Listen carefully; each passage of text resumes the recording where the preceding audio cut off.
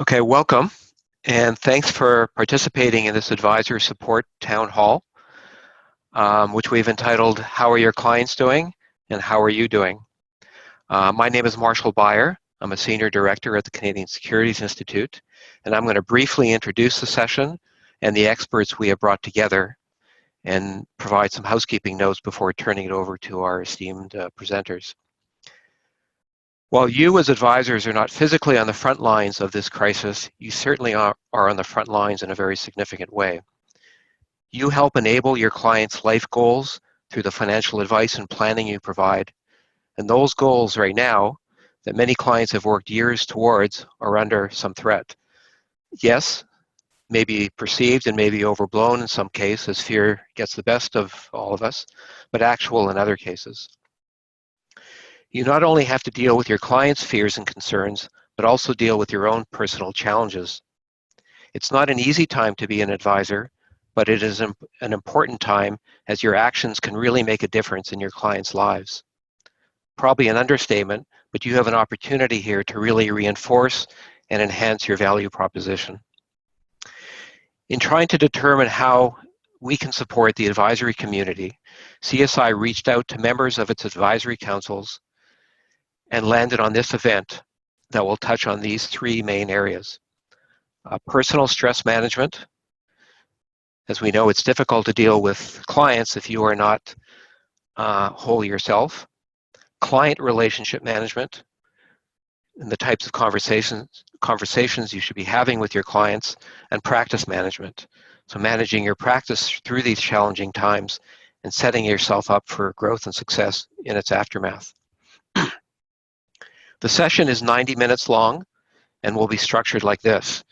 Each of the three presenters, who I'll introduce shortly, will present for about 15 to 20 minutes. During each one of the sessions, you can ask questions or provide comments through the Q&A function, or at the end of the session, you can use the raise hand function of Zoom, and we'll unmute so you could verbally ask your question directly to the presenter. We'll try to get to all questions, but time may force us to focus only on questions that we feel will add to the discussion. Although the expert presentations are very important here, we know that your questions and sharing of experiences will add a lot of value to this event, so please feel free to open up as others will benefit from hearing from your experiences. After the 90 minutes, the experts have graciously agreed to stay on the line for an additional 30 minutes if you have additional items you want to discuss or questions you have to ask. The event is being recorded and will be found on the CSI website.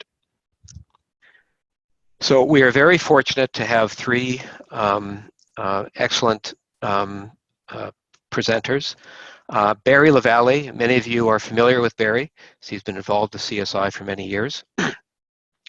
Barry, for over 40 years, has been coaching financial advisors with a focus on client communications and dealing with aging clients. He is a pioneer of the Life First client discovery method and author of 3 books on client communications, and he speaks globally on the subject.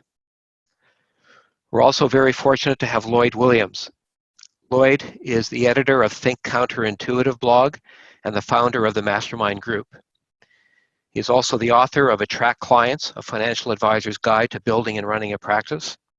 He is an international speaker, executive coach, and the creator of the exponential business model and the relationship conversation. He has conducted workshops for advisors of more than 50 top financial services firms. We're also very fortunate to have Jillian Leithman. Jillian is a corporate trainer specializing in soft skills and health and wellness seminars and workshops.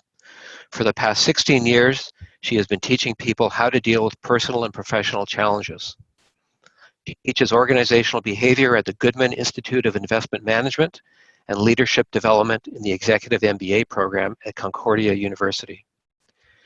So without any further ado, I'm going to turn things over to Barry. Barry will be moderator in addition to being one of the presenters. So over to you, Barry. Good morning. I don't know how you're doing through all this, As we're locked down here in my home in Nanaimo, I've had a lot of time to think. And it's interesting what happens because you can get on the phone or do Zoom calls, and I've been able to do that.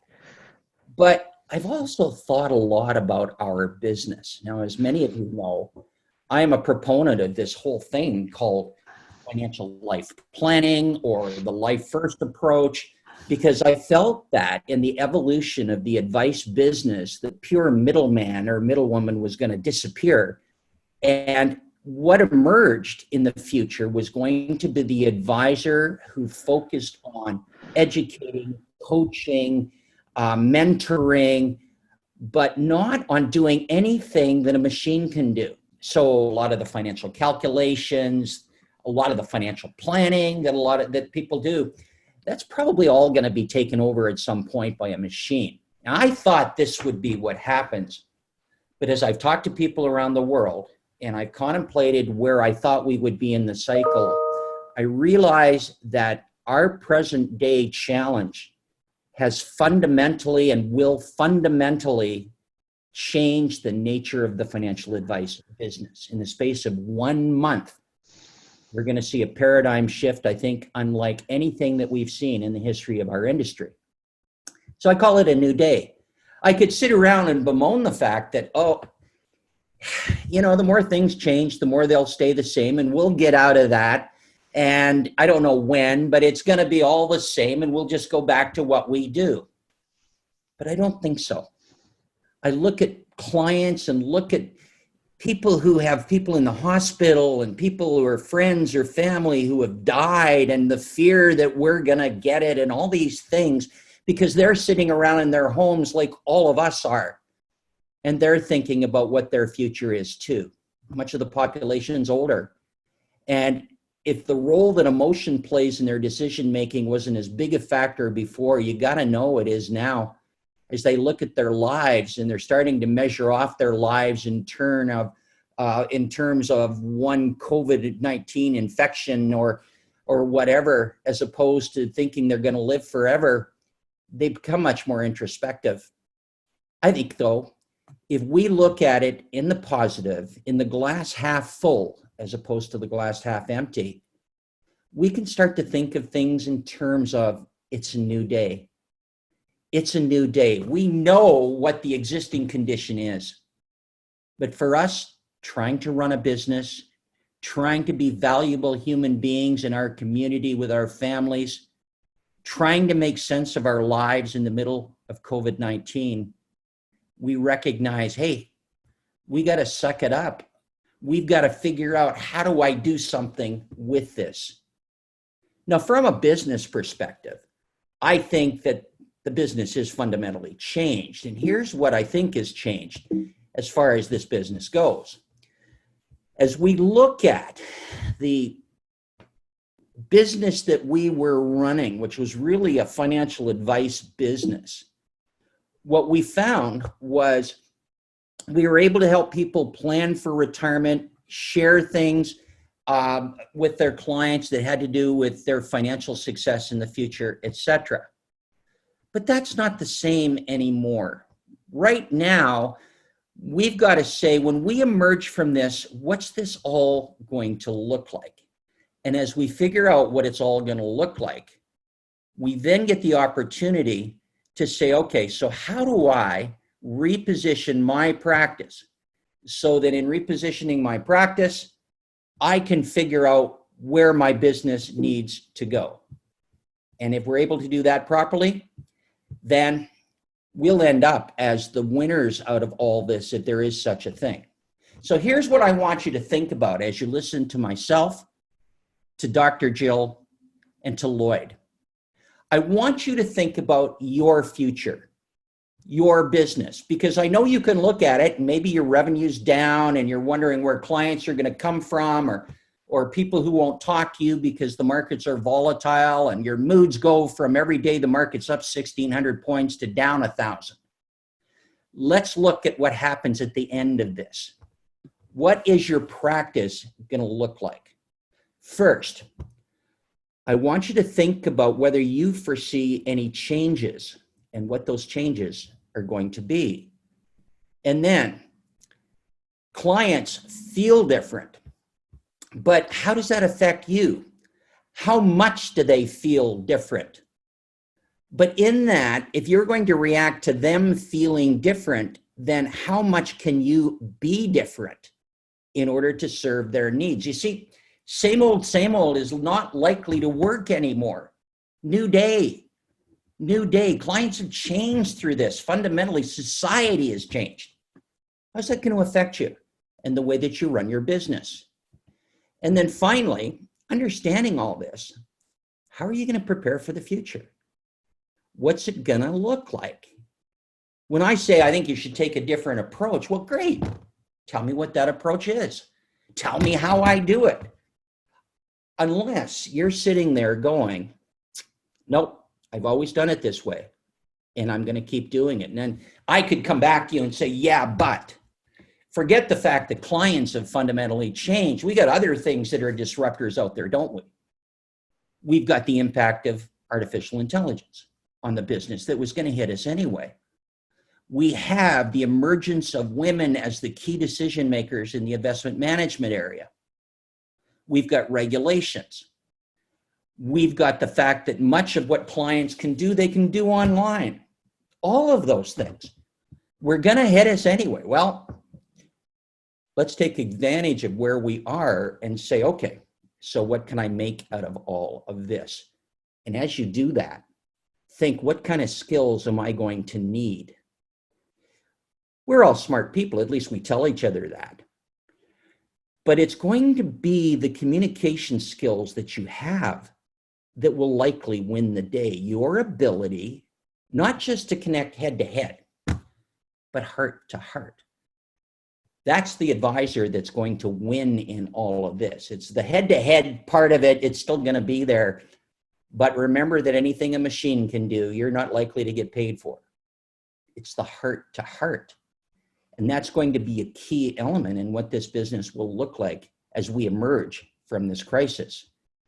As we look at your practice, maybe it is time for a reassessment. What works now? What do you think will continue to work? And as you look at reassessing your practice, I think it's really got to start with, what value do you bring? Think about this for a moment. When clients look at you and look at the value that you bring and what they think of you, how has that changed because of what we're going through? Now, I don't know if you've talked to them through all of this. I certainly hope that you have. I hope you have FaceTime and Zoom and all that other stuff. Some clients are so caught up in this that maybe they don't want to talk to you. Others want to wait until the dust settles. Others have said to you, hey, no problem. I'm just going to sit tight. We don't need to chat. But that doesn't mean they stop thinking. And as they focus on where they are, as they all do, what's your value? What is it that you bring? And could they articulate that? Because value is going to be important for them deciding what they're going to do in the future. Now, as we look at your value, what is it you do for a client as their financial advisor? Are you just an investment advisor? I get this all the time when I talk to advisors, they'll say, what do you do? Well, I help people create financial plans to help clients in their financial life, create financial security so that they can go ahead and live financially sound. I don't have a financial plan. I have a life plan. And boy, am I looking at that right now to say, okay, my life plan has just changed. What's your role as an educator? The older I get, the more I need somebody to help me understand what the issues really are. And many of those issues have to do with my relationship to my family and working to tie my money and my life together. How about as a coach? A lot of advisors don't like to coach. They don't think that's their purpose. But if you're not a coach, then can a machine take over for what you actually do? And then finally, what makes you unique? As we emerge, it will be the unique practices that will start to draw people away And a little later in this workshop, Lloyd will talk about the tremendous opportunity that's out there if you can define your value proposition in terms that others can't, and really be that representative or advisor that clients didn't even know that they were looking for as they combine what we're going through now with where they are in their life. And it comes down to reframing what you do. I think reframing is really necessary. It's really important for you to take a new look at where you are, where you're going, what you're doing. Now, I happen to believe, and I'm sure that both Jillian and Lloyd do because they're both coaches in their own ways, I believe that the coach is what the advisor will morph to. And I love a quote by David Rock, who basically says, look, what a coach is going to do is it's a practice of specializing and changing awareness and action in the world around us. Boy, do we ever need that, don't we? Changing awareness. What do we need to do? We need somebody who's a friend, somebody who we can work with, who says, hey, why don't we take a look at your situation? Let's understand where you are as opposed to where your money is. And then let's talk about it. So the coach is not necessarily an expert on finances, although we hope that they will be, but they're an expert on you. Are you an expert on your clients, their hopes, their dreams, their concerns? Do you understand them? Heck, do they understand themselves? So in changing awareness, as the advisor works with their clients, I think that there are new discussions that come up. And I was thinking, what would those be? Well, I think there's 7 of them. First, what's your purpose? What's the purpose that a client has going forward? They've looked at their life, it's changed, and they've got a chance in their own way to reassess. Now, what is their purpose? What are their opportunities through all this? What can they control and what can't they control? And when you think about it, the control doesn't just apply to whether they make an asset allocation decision. It applies to various aspects of their life. Resilience. How did they handle the road bumps going forward? How did they make it through this? And what do they see happening in the future? Balance. I think one of the things that we're realizing through this is that life needs balance. Most of us have spent more time at home than we ever thought were possible. The dog no longer wonders who I am when I come in the door. I found out that he actually doesn't like me. And so as we spend more time at home and try and balance our life, because it's gone too far the other way now, we take a look at where we are unbalanced, what we crave, we could recreate again, and we wonder how long it will be. Simplification. The older I get, the more I want to simplify things. And I found out through this crisis that I can do it. I can downsize, for example, and then be quite happy in doing so. I can simplify my portfolio and get rid of a lot of the crap that I had. Now, I don't want people to sit around and rejig their portfolios. I think the advice you've given people has been great. But I get to simplify. I don't want to worry about anything anymore. I've been through a period where I'm worrying about my own life. I'm kind of in a high risk zone, unfortunately. And I just want to simplify my life. And then finally, time. I realize that I'm closer to death than I am to Woodstock. Now, I got to deal with that. I got to live with that. And I think as we get older, our understanding or recognition of our own mortality, I think, has just been underlined through this whole thing. Now, that changes people. It changes the way they look at the world. It really comes down to the role that emotion plays. And the advisor who succeeds in this will be the one who is able to relate emotionally to clients, not just facts and figures, but understanding their hearts and not necessarily expecting that clients will understand their own hearts. I got a great quote from Steve Jobs that I love. Jobs, when he was launching iPhone, Had people take out their old flip phones when he was launching, and he had them go through why they liked the flip phone. Then he pulled the iPhone out of his pocket and said, all right, I want to show you. Can your flip phone do this? By the time he was done, people thought that their flip phone was a piece of crap. Jobs' comment was, a lot of times people don't know what they need until you show it to them. We're looking for somebody to lead us out of this. We're looking for somebody to be that person who we can work with and commiserate with and talk to and relate the issues that we're running into in our life before we even look at money. I have this concept. It's called above the line versus below the line. Above the line, that's about people. Below the line, that's about money. Most advisors work below the line. The new advisor through all of this is that advisor that works above the line. And it's the work you do above the line that will set you apart. That's what you do. Below the line, yeah, that's how you do it.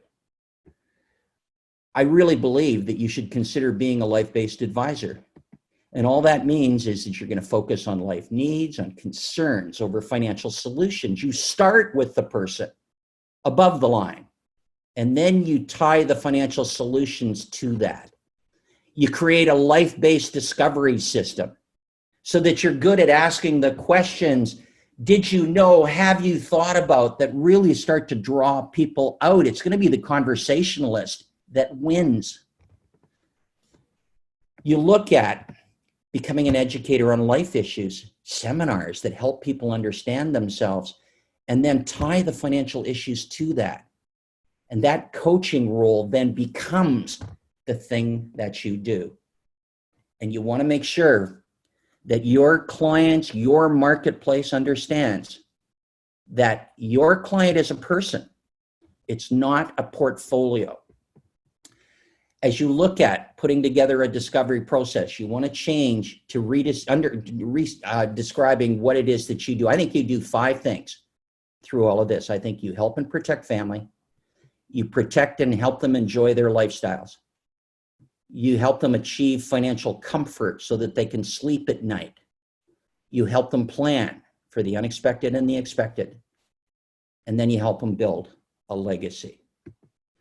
Now, when I say you want to reframe, I think what you want to do is reframe in their terms. And I think you do 3 things for advisors, or for clients rather. The first thing is you provide them with clarity, helping them understand what they should be concerned with, not concerned in the old line, what's in it for you and why this should affect you. You provide them with insight based on your knowledge, but your understanding of them. And then finally, partnership. We need to feel like we're there with a partner, somebody that we can count on, somebody that as we look at our lives and more crisis to come, that we have somebody who has our back. That in a nutshell is how I view what's going on. And I'm going to stop it at this point and just put it open to questions. And let's talk about this, because I'm asking you to change. And some of you I know are going, yeah, but. So why don't we look at how you feel about this? And I'd really love to hear what you have to say, as would your compatriots across the country.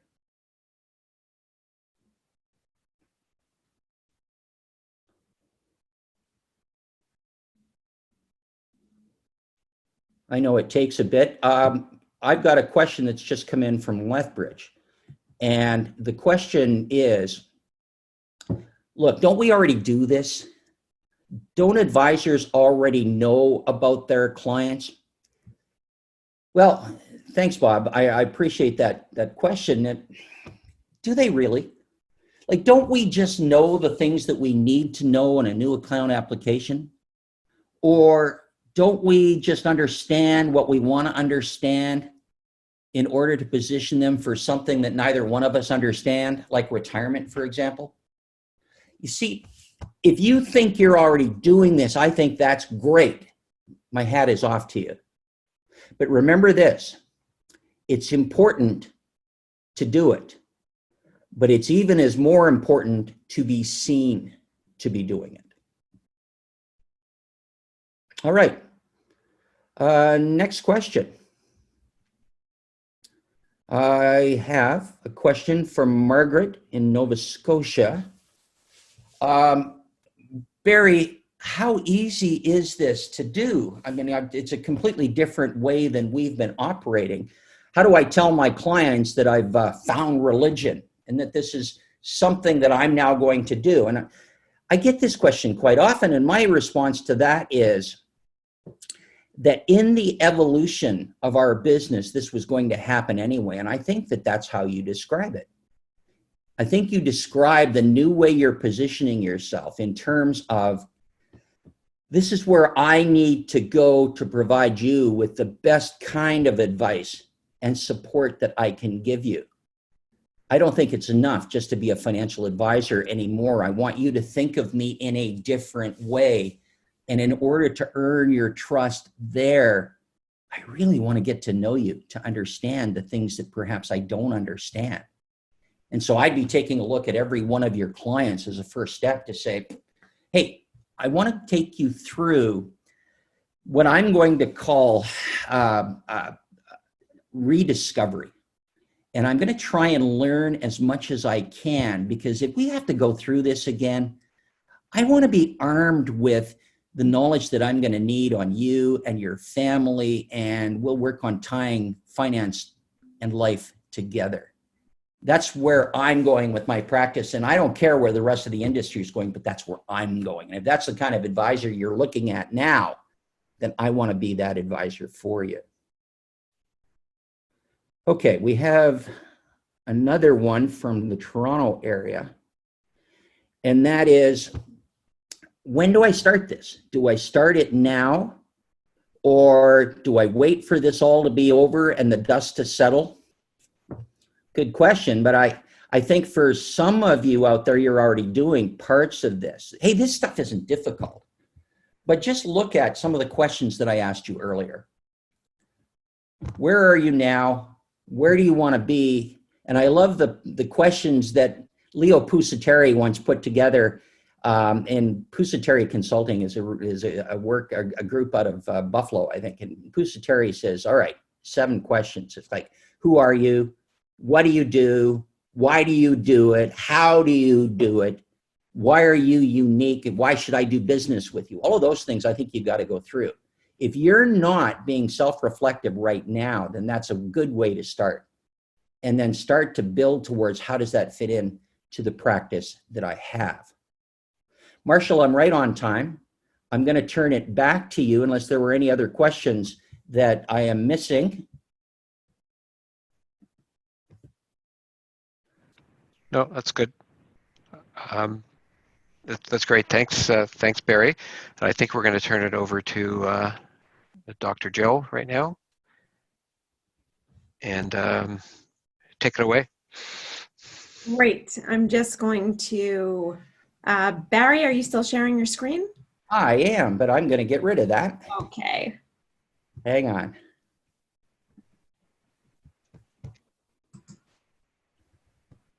There we go. Sorry, Joe. There we go. Okay, great. Give me, not allowing me to share my screen. Let's try again.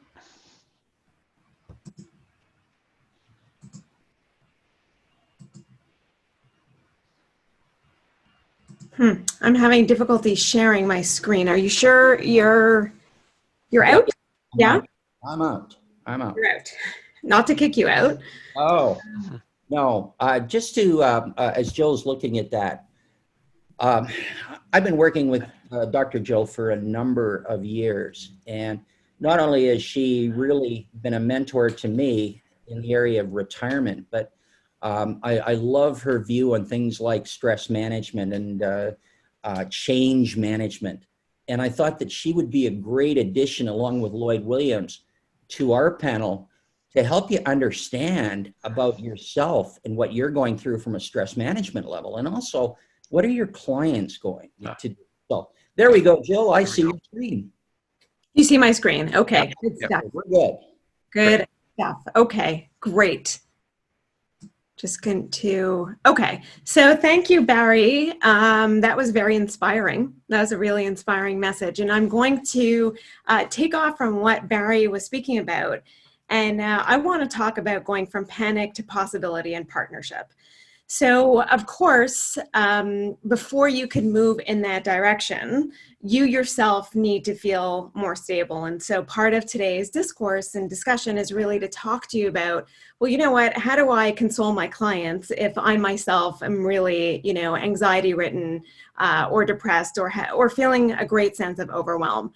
So there's 3 objectives that I have for us today.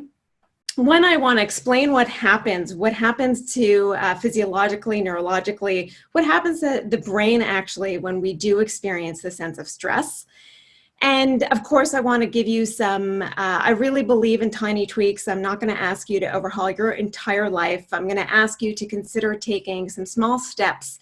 What small things can you do today, right now, in order to calm your mind and calm yourself? And lastly, of course, this is going to lead into strengthening client relationships. So exactly what Barry has spoken about, and certainly what Lloyd will speak to you as well.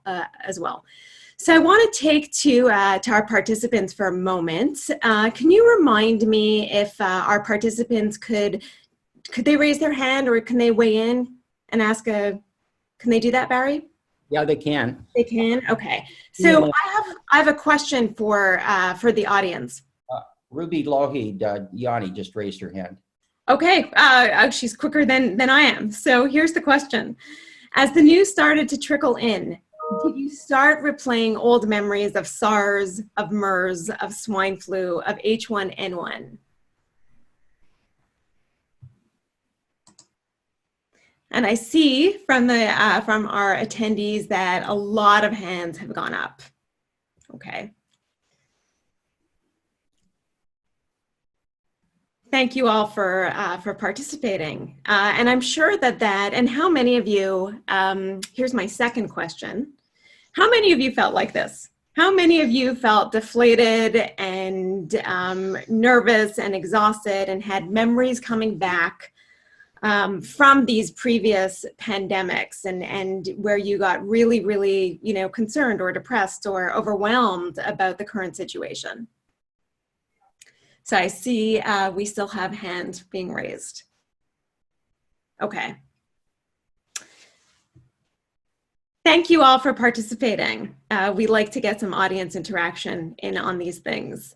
So I'm here to tell you that this is a completely normal reaction. And I think it's really important to understand that, when these things occur, markets crash and all of a sudden we are homebound and isolated, and the world as we know it has changed.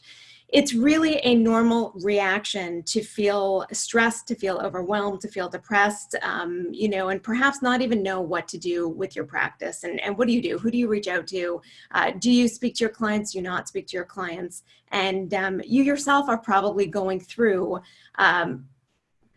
I would venture to say some negative emotions, but you probably are going through a cycle. You probably go through the highs where just as Barry was speaking, you're like, yeah, I totally see the opportunity and there's possibility. And, this is an opportunity to reinvent my practice and reinvent my client relationships.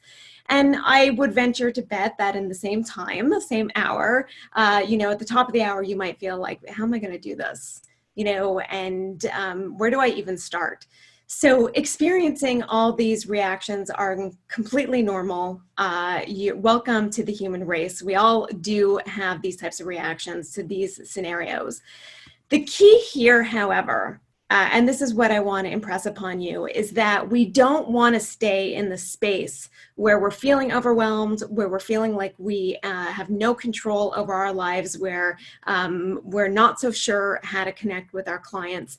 The key here is we certainly want to recognize negative emotions because you are an emotional being, but we don't want to deny them, but we also don't want them to dominate.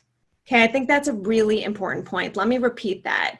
We don't want to deny that we're having these negative emotions or these anxieties and these frustrations, But we also don't want these emotions to dominate our thinking, because when they do dominate our thinking, we tend to get into this negative vortex, and that can very quickly bring us down.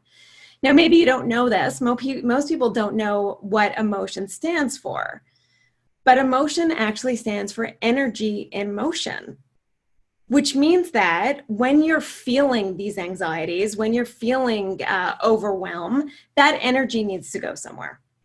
So that's why we don't want you to deny it. But again, we want you to have coping mechanisms whereby you can move that energy and get beyond it.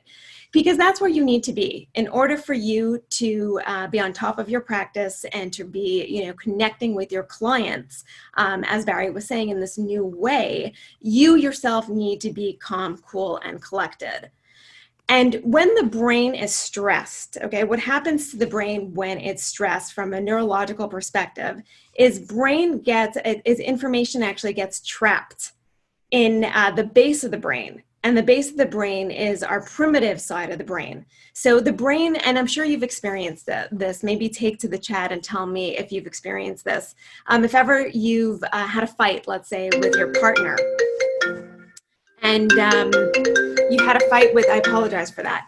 You've had a fight with your partner, and you go to work, but you're ruminating over that discussion, over what went wrong, or what you said, or probably whatever he or she said, actually. And it's very difficult to focus on work. Have any of you had that experience? Or maybe these days, you're so focused on what's going on in the market that you are not being productive, that you're finding it very, very difficult to concentrate. Has anybody actually had that experience? I see hands going up. So again, welcome to the human race. And what I want you to understand is, I want you to understand that this is normal, but I want you to move through it. So let's just take a step back and understand a little bit about how the brain works and a little bit about neuroscience. When you get into that stress space, okay, when you get into that space where you feel that either you don't have the resources to cope with the situation, or you feel that the demands are too taxing, that's when the primitive brain actually takes over. And that's the brain that's responsible for survival function. So you go into survival mode.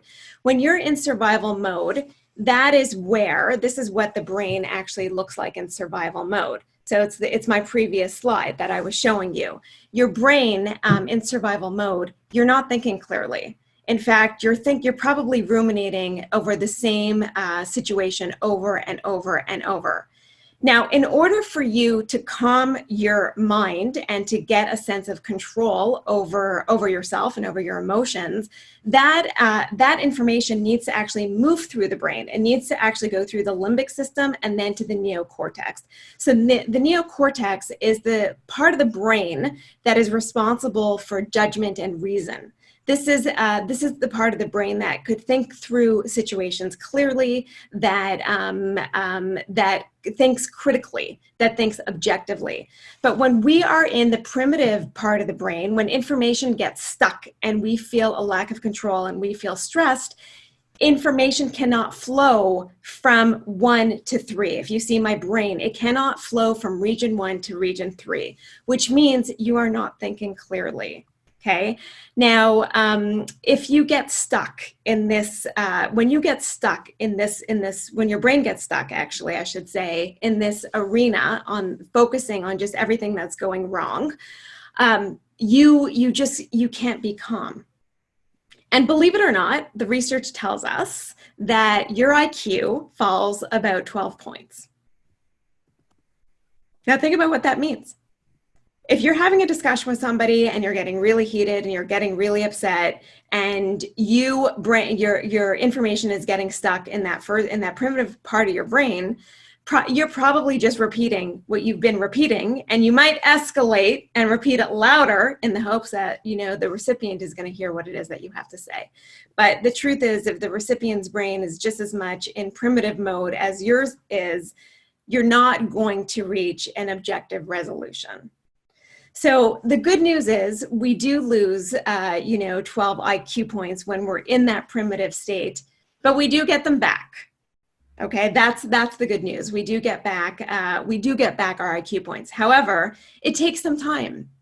It takes some time for the fog to lift. Think of it that way. It takes some, and we want to be thinking about, well, when that fog sets in, and when I start to ruminate, and when I get anxious, and when I get overwhelmed, what are those things that I can do in order to get from point 1 to point 3, in order for me to get to that space in time where I can actually think critically. Essentially, what is going on with your brain is that this is what we call stress, okay? And stress is nothing more than the gap between demand and capacity. So either we feel as though we have too much demand, and right now, many of you might be getting on the phone, you might be speaking to your clients, you might be consistently responding to emails, you might find yourself exhausted, right? Where demand exceeds your capacity. Or you might feel as though you just don't have the capacity to actually achieve the objectives you've set out to. So maybe you're not sleeping enough. Maybe you're not getting enough exercise. Maybe you're exhausted. Okay, so stress, what we're trying to do when we say manage stress is we're trying to decrease the gap between demand and capacity. Because what happens is when we don't, and our brain gets stuck in this mode, when information gets stuck in that primitive part of the brain, this is what happens to us. We react. And most of us don't react well, okay? We're reacting to the stimuli in our environment. It's Viktor Frankl said it best, between stimulus and response, there's a space, and we need to learn to take that space before we actually react. So what we wanna do, we don't wanna react, we actually wanna respond. But in order for you to think through your response, like what would be the appropriate thing for me to do at this time? As Barry was saying, like what would be my value add here? How can I actually develop these client relationships and develop my partnership with people? You have to get to a place where that information is flowing from the primitive part of your brain to the neocortex, so that space where you can objectively think through what your strategy is going to be. So I want to talk about what small daily adjustments you can make in your life so that you're building capacity. What are those things that you can do so that you feel that you have a better sense of control over the situation? And of course, whereby that flows from you to from your client, where your client feels as though, yeah, you're taking care of me, you're in control, you've informed me, you've educated me. As Barry was saying, you're coaching me, right? You're coaching all of me, not just the financial component. So building capacity, these elements on my slide might seem to you to be really unsophisticated or really elementary. That's good news, actually, because we're not asking you to do anything complicated. When in order to get the information from the primitive part of your brain to that objective part, right, that can critically think about it, you need to do things in order to get yourself to help yourself get to that space, to the third part of your brain quickly. Now, one of the ways to do that is deep breathing. Deep breathing is an easy thing to do because what it does is essentially you're getting oxygen to the brain. It's a physiological effect whereby what you're trying to do is you're trying to reduce the stress response and bring in the parasympathetic response. And that the parasympathetic response is your body relaxing. Okay, so when you're getting into this spiral, when you're really feeling that anxiety, I'm not suggesting that you deny that it's there. I'm suggesting that you learn to manage it. And one of the ways to do that is through deep breathing. Now, the second point on my building capacity slide is to take regular breaks. And this is something that comes from my seminar, Manage Your Energy, Don't Manage Your Time. And what I've noted has happened to people as we've moved into this age of COVID-19 and working from home, I would ask you to take to the chat again and raise your hand if this has been the case. If you have moved online and you are actually having client meetings online, let's say on Zoom, how many of you have actually booked back-to-back-to-back meetings? If you have, raise your hand, take to the chat and raise your hand. I see it going up. Now, what's interesting about that is that if you've never worked in this capacity, if you've never worked in a virtual space, we often think that, okay, no big deal, right? I don't need to take breaks. I'm sitting, I don't have to run from meeting to meeting. I don't have to physically get myself from one building to the other. All I have to do is shut down my current meeting and open up my new meeting with a new client. Unfortunately, you might have found yourself really, really exhausted in the past since you've been doing this. If you've been having back-to-back meetings and you haven't taken the time to build in what we would call buffer time, then you might find yourself at the end of the day feeling really, really exhausted, and that tends to carry over to the next day. And certainly, it affects our moods. It can actually increase that anxiety. So I want you to think about something called strategic scheduling. Let's say you have a client that is, this client is a difficult client. You're going to be you're going to be over Zoom or maybe even on the phone for quite some time, and it's going to require a lot of emotional energy to tend to this individual.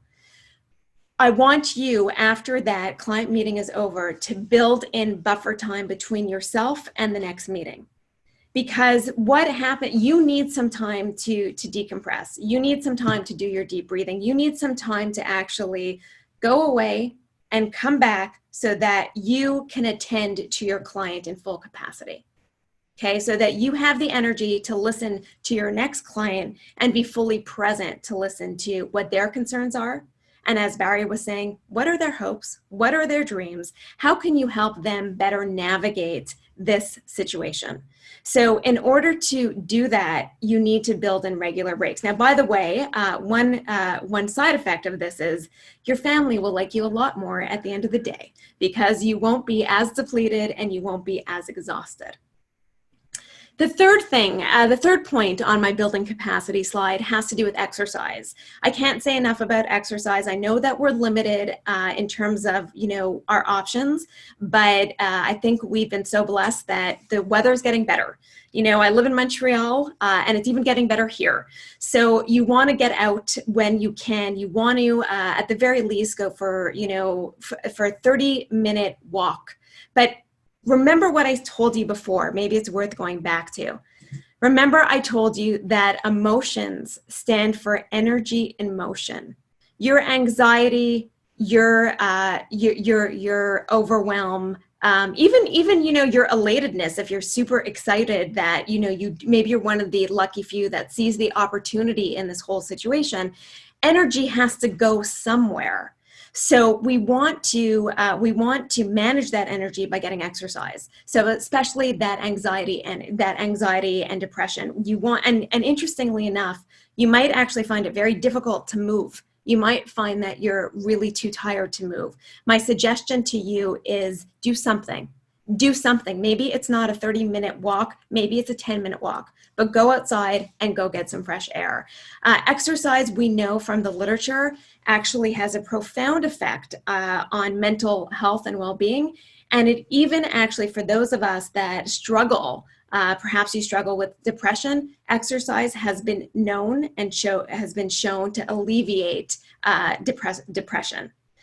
Of course, you want to be getting adequate sleep. If we had more time, we could go into the brain science behind sleep. It's quite extensive and really, really interesting. Some experts believe that sleep is actually more important than nutrition. So make sure to get adequate sleep. It might seem really easy these days because you're working from home. You could, you don't have the commute. What is happening to many, many people is that their days have actually extended. They haven't actually retracted, they've extended. Be cognizant about that because I'm sure you have seen this. If you're not getting sufficient sleep, you're going to be more irritable, you're going to be more moody, and that is going to negatively influence your performance. And it's going to negatively influence your ability to connect to your people, to connect to your clients, to have that energy to reach out and to really, really listen to where they're at right now. The other suggestion, which might seem strange to you, but I want you to get curious. When we get curious about our stress reactions, what happens is the brain, the information that is stuck in the base of the brain actually goes to, it's a way that we can actually move it from the primitive part of the brain to the neocortex, where we can critically think about these issues that we're facing. So, get curious. What has history taught us about these pandemics? What has it taught us? Look at, why don't you research that? What opportunities exist? We all know that, yes, in a down market, there's certainly going to be, we're going to feel the pain, but we also know that there are opportunities that exist. What are those opportunities? Get curious. What options are here for my clients? What options are here for my clients? How can I help them either retain or build wealth? And I know Lloyd will speak to you about that. Get curious. As Barry was saying, get curious about what are their objectives right now? What are their hopes? What are their dreams? Have a conversation with them about, not just about their finances, but how are they feeling? How is it that they're feeling? Get curious about them. And again, when you can do that, obviously I would suggest that you put all these elements into place, okay? And then reach out to them and get curious and have a conversation. The other thing that I really, really want to impress upon you is our innate need for connection. Humans even though we live in North America, we live in Canada, which is, we're very autonomous and we like to think we're really independent. We all need people. We all need people. We need a tribe. We want to feel that sense of belonging. If you have not reached out to your clients, they are going to feel very isolated and very disconnected from you. They want to know that you care. And as Barry was saying, that you don't just care about their finances, but that you care about their well-being, a holistic approach to life planning, that you care that, their dreams perhaps of retiring next month or next year, they're going to have to be delayed, in many cases, not in all cases, but in many cases. They want to know that you care. And when you reach out to them, when you connect with them, when you educate, Barry talked about this also, you are the ones that understand this finance stuff. You need to find a way to clearly, simplistically communicate what is going on in the market right now, because it can be very overwhelming for the average person to make sense of it. And that's what they pay you to do, right? Simplify this for me, educate me, guide me, tell me, what should I do? What would you do if you were in my situation? Now, you can only know that if you've paid attention to what their dreams are, to what their hopes are, to what their objectives are. So clarify, educate, and communicate. And don't just educate around this finance piece. As Barry was saying, become a coach. Educate about the stress piece. Now that you know what emotion stands for, tell them. Ask them, have they gone for an extra, out to exercise? Are they connecting with people? So these are some of the few things that I want you to be doing. I call them tiny tweaks, transformative results. We want your clients, we want you to know that we're here for you. We are here for you. We want to help you. We, ask your questions, ask for guidance. We are here to help you. And you are here to help them. So the final take-home message from, this component is just, when you're feeling really, really overwhelmed, just stop, just breathe. Okay. If that's all you take with you today from this session, that in of itself will help you better navigate, this transition, shall we say. You need to calm your mind. Remember, when you're feeling anxious and overwhelmed, information gets stuck in the primitive part of your brain, and none of us make good decisions when information gets stuck there, okay? So you need to recognize that and figure out, what can I do now in order to calm myself, calm my brain, calm my body? Make small daily adjustments. Small daily adjustments. One thing to consider, if you are having those back-to-back meetings, maybe just, look at your schedule and figure out where you can put in some buffer time so that you can be, up to par and in good shape to speak to your next client. communicate, communicate, communicate, connect to your people. You know, it doesn't always have to be on the phone or via Zoom. I've been working with 2 advisors that have done this so beautifully, and they've managed to retain 93% of their business. And that is, they've been sending out newsletters to their clientele about non-financial stuff. Some of it is about the finances, but a lot of it is about how to manage stress, how to manage anxiety, how to manage relationships at this time, how to connect with people in, you know, an age of social isolation. So something to consider is how else can you educate your client? I'm going to open it up. If anybody has any questions, please take. You know, Mike Murphy had raised his hand a little earlier. Can we put him? Absolutely. Marsh, do you have it?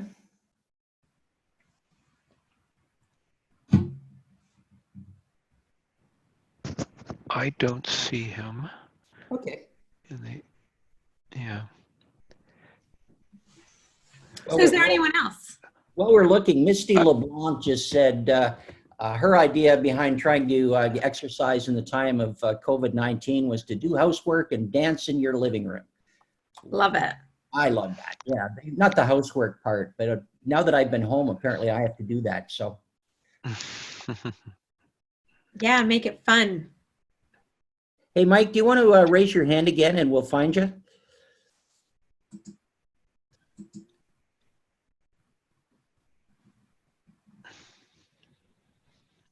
All right. Hi, team. We did find Mike Murphy. Do you want me to unmute? Yeah. Yes, go ahead. Sure. Oh, and there's someone else. Hi, Mike. Do you have a question?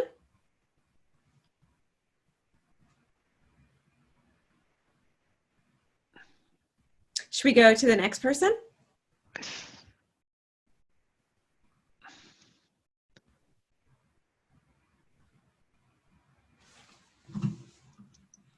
There's Somebody else raised their hand. Yeah. Piyush, can you unmute? We did allow Mike and Rafael to talk, but it seems that you guys are on mute from your side, so maybe you need to unmute your phone, or if you're joining from computer, unmute and just start talking. I can see Rafael just unmuted. Rafael, what's Go your... ahead, Rafael. Hi, I have a question concerning the connection and communication with our clients. I was just wondering, is it more effective to do it on a one-to-one basis or do it through technology, you know, like a webinar or other, let's say, internet connections? I think that's an excellent question. And the more you can communicate in different modalities, I would say do it. So if you're good at writing, or if you're good at sourcing content where you can just say, I think this would be a great article for you to read, I would say do that. I would also, if you can, invite them to a webinar. Absolutely do so. We did it 2 weeks ago with this client that I'm working with, and it had nothing to do with finance. It actually had to do with the art and science of happiness. And people were just so grateful to shift the spotlight, right? To say like, okay, let's just for a few moments, for an hour of my life, I don't want to focus on the COVID-19. I don't want to focus on the markets. Talk to me about what I can control in my life. So I would say to you, use whatever modalities that you can. And webinars are fantastic. One-on-one phone calls are great too, so that people know that you are concerned about them personally. Hey, Jill, we've got one from an anonymous attendee, and what they ask is, how much contact is too much? Clients sometimes don't want to be contacted super frequently. Is this something that you haven't done before? And you know, if this is something you haven't done before, will it cause them even more anxiety? Great question. That's a really great question. I would say ask. You know, if you're that person that hasn't been communicating regularly, I would say, hey, hey, Barry, would it be okay? if I connected with you over the phone next week, or I'm just going to, I just want to see how you're doing. I'm going to drop you an email. Would that be okay?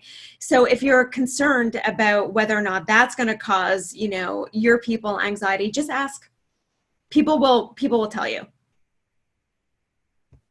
Thanks, Jill. Any other questions? Or maybe you guys are doing something that is helping you really beautifully manage this pandemic. And if you are, we want to hear from you. Tell us what you're doing that has been really helpful.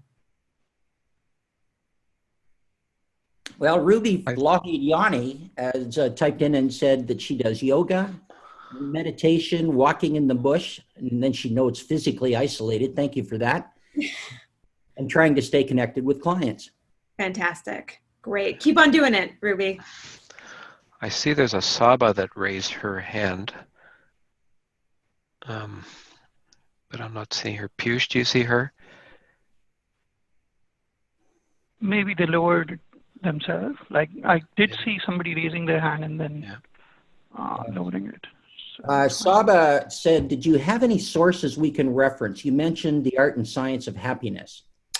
I do. I have lots of sources, actually. So if you go to my website, which is lifeskillstoolbox.ca, it's a different component of my business. You will see at the top, you'll see a tab called the Concordia Happiness Project. And everybody could go there. You could actually join our happiness project tomorrow if you'd like. But on that web page, you will see a number of things a number of assessments that you could take in order to quantify your happiness. A number of videos, TED Talks, scientists talking about how to shift the spotlight, how to take back that control, and how to move along the happiness continuum. If you're looking for, Google something called PERMA. I know that Barry and I are both really strong supporters of PERMA. PERMA stands for the acronym is PERMA. PERMA, PERMA. Google that and you will find a wealth of knowledge and sources on the science of happiness. And if you'd like, jump on a call tomorrow with us. It's free and you could become part of our social experiment on how to increase our happiness level in times of COVID-19. We have a note from Orlando Lopez who said, I'm increasingly writing blogs and webinars as a way to educate clients. And I think that's a great thing, Jill, don't you? I think that's brilliant. You're doing everything that you're supposed to do. Continue to do that. Another anonymous attendee has found through this whole thing that he or she is needed to reduce their expectations of capacity compared to what I felt I used to be able to do. That is not unheard of. I know that a lot of people actually have more work now than they did before. So you need to be managing yourself well and make sure that, you're getting, that you're building capacity and that you are sleeping, you're getting, that you're eating well and that you're exercising. And where you can, manage expectations, because maybe you need to reduce your expectations of yourself or manage the expectations of how much contact you're going to have with others. But it's not unheard of. There's a lot of people for whom business has actually picked up or their responsibilities, I should say. They're taking over responsibilities from their colleagues and their coworkers. So just make sure, do that strategic scheduling. And, something that we talk about often is put yourself at the top of your to-do list. You've heard it. It's usually you hear it on airplanes, right? Put your mask on first. You need to be taking care of yourself so you can take care of everybody else. Misty LeBlanc says, and I can identify with this, I'm pretty sure that we're all eating too much. But cooking is such a great stress relief for many. Is that a statement or is there a question there? Am I supposed to say don't eat too much? I'm going to add that when I talk to my wife, the wrong time to go on a diet. Counterbalance it with getting out there and getting some exercise. I'm not going to tell you to eat less, but counterbalance it with some, good walking.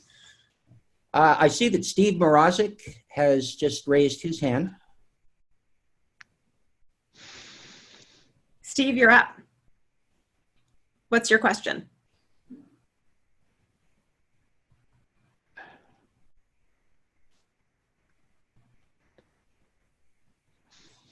Steve, you'll first have to unmute yourself. Just while he's doing that, can you list that website address again? Yes. That has the tools in it? Sure. Is there a way for me to write in the chat? We don't have a chat, right? I can type the answer. Sure. Lifeskillstoolbox.ca. You know, I think I could type that too, actually. I got it. You got it? Yeah. And the name that what you want to Google is PERMA, PERMA. For those of you, if we have anybody on the call that is managing people, PERMA, there is a website devoted to managing employees and how to actually integrate PERMA at work. So that website, just Google PERMA with an H, because these researchers have actually added an H to it, and you can even take an assessment about your happiness level at work. It will give you some really great ideas on how you could help your employees move along that happiness continuum at work too. What can you do for them in order to help them build capacity? And by the way, that's such a great question, because you know what, these are resources you should be sharing with your clients. Okay. Steve Barazik came through. Do you recommend focusing on your core strengths? What should be the starting point to get out of the funk? I didn't hear the last part, Barry. What should be the starting point to get out of the funk, F-U-N-K, out Okay. of your funk? So that's great. That's a great question. And I would say, I'm going to go back here. I'm going to go right back to this slide. Emotion is energy in motion. One of the best things you could do for yourself, exercise. Exercise. And if you can if you can go outside and obviously respect, the distance, exercise will literally help you move your energy. So if you're going to do anything, start anywhere. I would say start with that one small step. Jill, before we turn it back to Marshall, Elaine Nosand asked, how do you register for that webinar tomorrow?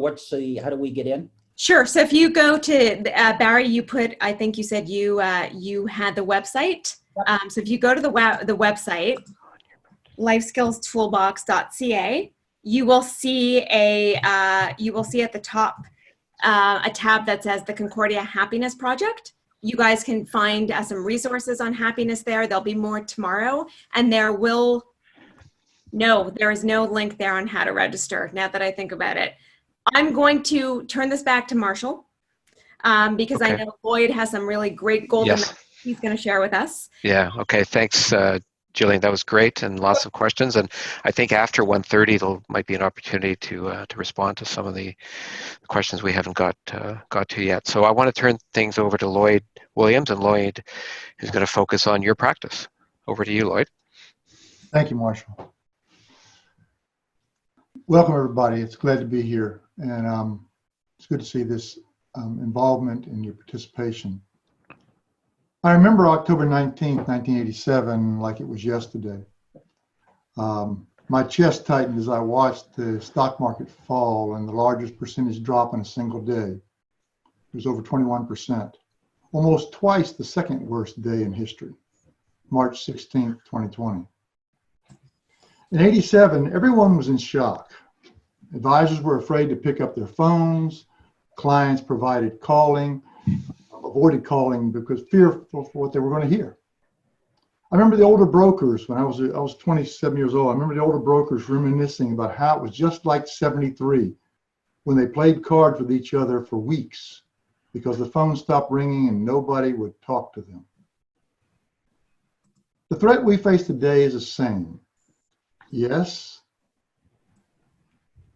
but it can be avoided. By being honest with ourselves, our families, our employees, our clients, and our prospects. The threat is real, but traumatizing fear is a choice that we make. Whether we feel that the worst is over or yet to come, our objective is to finish well, both personally and professionally. Our families, our employees, Our clients and our prospects are counting on us. Mark Goulston, a TED speaker and a renowned psychiatrist, said recently when he shared with Billy Bross, "What I'm hearing from people right now are three questions. Am I going to get through this? How will I get through this? And how can I help others get through this?" As Barry discussed earlier, you will get through this. We're going to come through it. There's another side to this. And as Gillian gave you some tools to help you get through this, what I'd like to show you is how to help others get through this. To help others, we must take care of ourselves first, as both Barry and Gillian have said. And then those closest to us. And then our employees, and then our clients, and then our prospects. We can only be valuable to others if we're whole ourselves. We must first take care of ourselves and those dearest to us because they support us. They're the network that stands behind us as we go out into the world and make a positive difference in the lives of our clients. Without their support, we stand alone, and our clients and customers suffer. Look first at yourself and be certain that what you're doing for yourself is what you need, that you're well rested, that you're safe, and that you're at ease. Then connect with your family and friends and make sure they understand that your concern and desire is for their best. Then check in with your employees, your team. They also feel the stress and concern for your clients' and customers' well-being, just like you do. And they need to know you care and support the team in taking care of themselves and their loved ones. Now, after ensuring that you and your support team and that network are well, move your attention to the business. We must partner with our clients to calm their fears and their concerns for themselves and for all those around them that they value. Clients are scared. We understand that. We can see it. We feel it every day when we talk to them. Some feel their dreams are at risk. But this is a rare opportunity to touch their lives and the lives of others in a meaningful way and help them to achieve their dreams, to refocus their attention. Whether you made money for them or lost money for them is irrelevant in the grand scheme of things. There is nothing to do now to change the past. We can only change the present to have an impact on a different future. You are faced with probably one of the greatest opportunities of your entire career.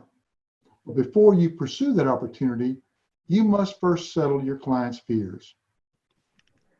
You must reach out to them face to face, not one-on-one, but en masse, as you're doing right now. Time is of the essence. You can't wait to go through 250 households one at a time. They may seem daunting to some of you to do these conference calls or webinars if you've never done them before. But hearing your voice is essential to relieving your client's fear. Until they hear from you, there's going to be an anxiety that will not go away. Use whatever technology you have available. You can use Zoom, you can use Skype, you can use GoToMeeting. There's dozens out there. Client privacy can be honored as any participant can remain anonymous, as you've seen here today, if they so desire. The most important means of comforting your client is for them to hear from you. So schedule a private video conference with your top 20, 25 households. Do them one-on-one. For everybody else, schedule one or more group calls. If you have a group of people that have a certain investment vehicle and you want to address the issue in it, get that group together. If you have another group that's managed in a different way, get that group together. If you have a certain demographic group that you work with or work for a certain company and have a lot of employees in that company, get that group together. But en masse, pull these people into some kind of video conference where y'all can see each other and talk. Their fears are greater than reality. That's the problem. They're imagining worse than reality is. They haven't seen the statements yet. Some of them are scared to even think about what might be on there, and their imaginations are worse. In most cases, the client situation is much better than they imagined. However, fear can make us believe the worst will happen. The mystery is not knowing, of not knowing, is frequently more fearful than the truth of the reality. You need to tell them your story. You need to give them a positive, reasonable response of what has happened and is happening right now. You need to go through the process, the disciplined approach that you have to making investment decisions, and explain that to them. You need to remind them that times like these have occurred in the past and will occur in the future. We go through huge drops in the market. You need to help establish a long view of the economy with them. You need to use examples of trusted experts, whether it's your economist for your firm or an economist that you've seen from Goldman Sachs on the IMF speaker that headed IMF, some comments that she just made recently. Help them establish this longer view of the economy by pulling in some experts outside. Re-explain to them that cash flow is what controls the markets, not earnings or sentiment. We're seeing this morning huge flows of cash flow coming back into the market as people are pulling out of the bond market and going in today into the market. We'll see different varieties of this type of experience over time. Reconfirm, as I mentioned earlier, the disciplined approach that you've taken for them by determining their needs and then identifying a unique solution that you have been working for them and that you currently monitor. Calm their worries about the future. Remind them that we're probably the most adaptable species on the planet. We will find a solution. A vaccine will be found for COVID. And on and on and on, situations that are traumatic right now and fearful right now, a solution will arise for them. We're probably the greatest species in the world at finding a problem and then jumping on that problem overnight and resolving things that were never imagined before. Offer them an opportunity to reassess where they are in their risk and in their comfort level. Situations like this tend to drop people's risk profile for a while. That's okay. Drop it down for a little while. Let them settle in a little more comfortable zone with less activity, and then raise them back, educate them back up. The most important thing here is you've got to take action quickly. Some of you already had raised hands that when you're asked, have you done a conference? Yes, some of you have used Zoom and platforms. Great, congratulations. The rest of you, do it now, do it immediately, schedule one tomorrow and set it up and go through. They're not looking for you to be a great presenter, they're just looking to hear from you. Just talk from your heart. Let them know that this is traumatizing to you just like it is to them, and that you want to work together and partner with them on this. It's the honest approach that delivers the greatest impact. Your clients were protected by some measure thanks to your disciplined approach. Whether you had them in a balanced approach or whether you had them diversified, but they didn't lose as much as they imagined they have. And they will recover sooner because of the approach you're using. They need to understand that due to the model diversified portfolio you had, due to your prudent investment choices, due to the consistent oversight that you've been following, they're positioned for recovery. But there's a hard truth. And the hard truth is that despite all of this and all that you do, you're going to lose some clients. No matter how well their portfolio performed. They're going to hear some story that sounds more interesting and they're going to move. The problem today is you don't know which clients will leave and which clients will stay. That's important. Do not spend all your time trying to hold a client who you feel wants to leave and who will probably eventually leave. Don't focus all your time on trying to keep all the little chicks underneath your hen's wings. You're going to lose some. Acknowledge that up front. Identify your real clients, the ones who want to stay with you. Don't miss affecting a greater change in the lives of these real clients and the prospects you have. There are two types of years in our markets. I call them client years and prospect years. Client years, as we've seen in the past decade, are years where investors are happy, and it's difficult to convince a prospect to move. The market's going to go up, it's been going up, and more often than it's been going down, and everybody seems to be happy. The advisor seems to know what they're doing, and the investor is comfortable where they are. They're not willing to move. Prospect years follow major corrections like this. Money goes in motion.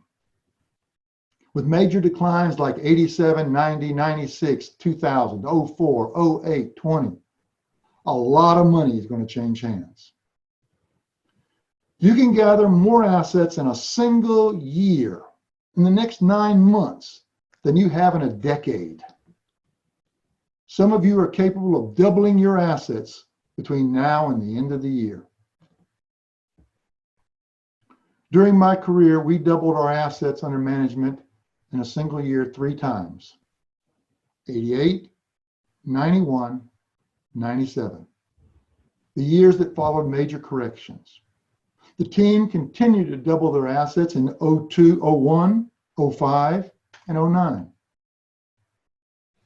Hundreds of billions of dollars are looking for a new home right now. Decide where to put your focus. You've got to take care of your clients. Your clients are taken care of. You're there with them. Spend some time with them. Let them know that you put a blanket around them and you're going to set them by the fire over here and keep them warm and safe. It's those outside your business that are in pain right now. They're the ones that are hurting. This opportunity to focus on prospects is limited. Once the economy strengthens and the good news returns, prospects are going to be difficult to move because they are once again content with their existing relationship. Do not miss this opportunity. It rarely arrives in a career. The potential for new growth occurs in difficult times and is exponentially leveraged when the market improves. After you settle your clients' fears and initial worries, remind them that others they know who are worried and do not have someone like you in their life need help with their situation. Your desire to help their friends must be a no-cost, no-obligation offer. To meet with their friend, to assess their need, to help them see where they are and where they want to go, and then to build an action plan to help them get there. These times are not only a way of helping that new prospect, but they're a way of helping your client whose friend this prospect is. You have a rare opportunity to ask your clients to introduce you to others without any risk. Rarely can you do that without putting your relationship at risk. Your clients must know many people who are scared. Some are friends, some are acquaintances. And they don't have someone returning their phone call. You'll be surprised at the number of introductions that are only available right now during these times. Your most important action is to renew contact with those old prospects you have. because prospective investors will more likely be open to change now than any other time in the past. That presentation that went on cold, deaf ears before now goes on somebody who's interested in listening. You've been busy, but if you'd like to make 2020 the best year of your career, you have more work to do. Start with settling the client's fears by sitting down with them in a group setting and giving an honest assessment of the situation. Then quickly move your attention to those outside your current business who have a great need for your services. To help you overcome this in the coming weeks, I recommend you check out the resources on Barry's website. He's got some great books and materials there for you. Jillian has an article on her blog called Behavioral Economics. Don't miss reading that article. It'll help you understand the behavioral dynamics of your clients. That's important. Thursday, I want to email subscribers the next in a series of articles about how to talk with their clients and how to help people outside their practice become a part of that practice. I encourage you to participate in that. You have the greatest opportunity right now of the last decade before you. If you apply the concepts you heard from Barry, from Jillian, and myself, and the tools that have been presented to you, you'll find a still center within the chaos for yourself. And you'll comfort those around you. And you'll be able to help those in the greatest need. Now, I'd like to open it up to some questions. Hey, Lloyd, Dora from Toronto. Good. She listened to both you and, well, listened to all of us, but she was concerned because we've talked about doing virtual meetings, and that one of the things that will happen more and more after this is a move to virtual or Zoom or Facebook or, FaceTime, etc., in addition to in-person meetings. And she said, my clients are used to in-person meetings. How do I get them to accept the occasional video meeting? Is that making a change now in our relationship? Yes. I think we're going to find when we go back to the bricks and mortar sometime in the future, that our clients will have become video compliant and video friendly. They're watching National Theatre Live in London produce plays on theater. They're connecting with their family members over Skype and over FaceTime. They're using more video interactions among themselves already. If you're not already doing it, you're already behind the curve. The client who didn't want to do video 6 months ago is already doing it now, and you need to jump on a bandwagon with them. Don't ask them whether they want to do it. Just say, here's a link. Click on this link for our next meeting. Let them participate. As soon as they get online with you, as soon as they can look you in the eye as I'm looking at you and you're looking at me, do you realize that right now our brains cannot tell the difference between this interaction and as if you were sitting on the other side of a table from me? Our brain is like 98% synapses are triggering the same visceral experience right now. That's why this will change your business. You will be putting in conference lines in every firm, every office of every firm in the street will be putting in line, because this will be the way you're going to meet. They're not going to want to drive back down. We're going to have less interaction after the fact. You're going to be less likely to sit in a movie theater and with a bunch of people you don't know who may be sneezing or coughing or whatever else. It's just going to sit in the back of your mind. We're going to see a much more virtual experience going forward.